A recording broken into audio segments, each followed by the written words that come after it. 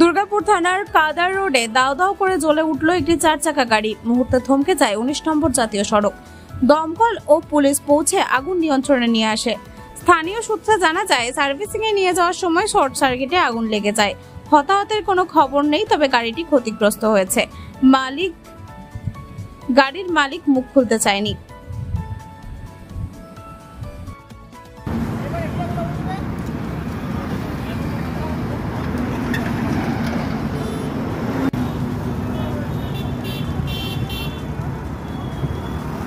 আইসি থেকে আমাদের কাছে ফোন এসেছিল যে একটা গাড়িতে আগুন লেগে গেছে।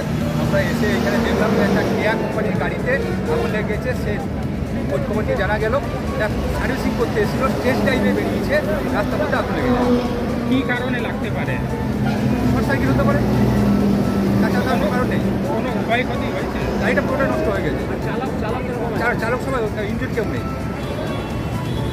আপনার নাম বলুন। ঘটক সাউথ বিশ্বাস দুর্গাপুর। আপনি ওই দিক দিয়ে গাড়িটা আমরা দেখছি আগুনটা লেগে যায়, মানে শর্ট সার্কিট হয়ে পরে আগুনটা হয়ে যায়। আপনি কোথায় কিসে ছিলেন? আমি বাইকে ছিলাম, বাইক দিয়ে আসছি। কয়জন ছিল গাড়িতে? গাড়ি একজন ছিল। হ্যাঁ, তো কি দেখলেন? গাড়িটা জ্বলছে? গাড়িটা মানে 2 মিনিট আন্দারের মধ্যে আগুনটা পুরো বেড়ে গেল পুরো। তারপরে আপনি দাঁড়িয়ে গেলেন? ড্রাইভার কি দেখলেন? আমি যে গাড়ি চালাচ্ছিল সে কি পার হয়ে গেল, কি বেরিয়ে গেছে? তারপরে সাইডে করে দাঁড় করে দিল। তারপরে ফায়ার ব্রিগেডকে ফোন করা হলো, আমাদের স্যারকে ফোন করা হলো। আপনার নাম? মানিক সাহ।